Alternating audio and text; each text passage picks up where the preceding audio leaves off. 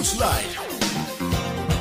Lightmates, tataas na ang singil sa toll sa Subic-Clark-Tarlac Expressway o SCTEX simula po bukas.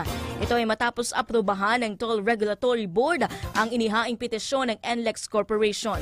Ayon sa TRB, mayroong dagdag bayad na 25 pesos para sa mga sasakyang pasok sa kategoryang Class 1, 50 pesos para sa Class 2 at 75 pesos para sa Class 3 mula sa Mabalacat City hanggang sa Tarlac.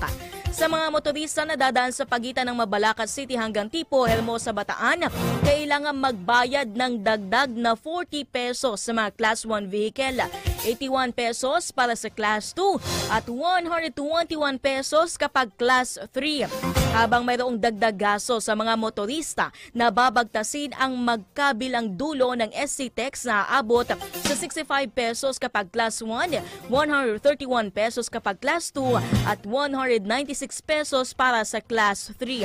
Gagamitin ng pondo para sa rehabilitasyon, dagdag road sign at ilaw, pagsasaayos ng kalsada maging sa iba pa.